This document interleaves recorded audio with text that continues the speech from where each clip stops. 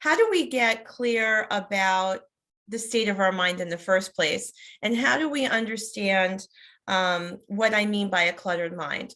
So what I mean is that if you're ruminating or getting stuck on something, playing it over and over in your head, whether it has to do with, career or personal, then you might need to declutter your mind.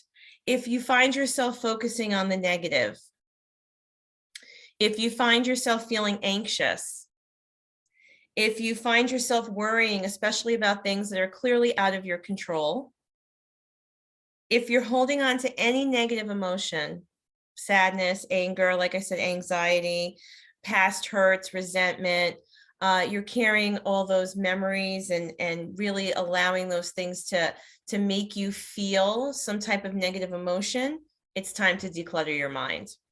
If you're keeping a mental to-do list in your head and not on paper, definitely time to declutter the mind. There's a, excuse me, a saying, pardon me, a saying I have that you have to be able to, download, you have to be able to mind dump on paper. So if you find that you're carrying around a lot of those ideas and to-dos in your head, it's definitely time to declutter.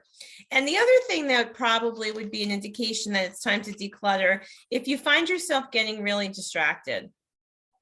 And I get it, we're all prone to this, right? And distractions are part of our environment. Sometimes I talked about this maybe last week on Mojo.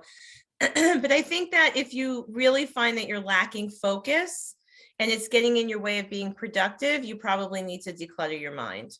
Because when your mind is cluttered, you're just not here, right? When your mind is cluttered, you're not present. So that's why this is so important.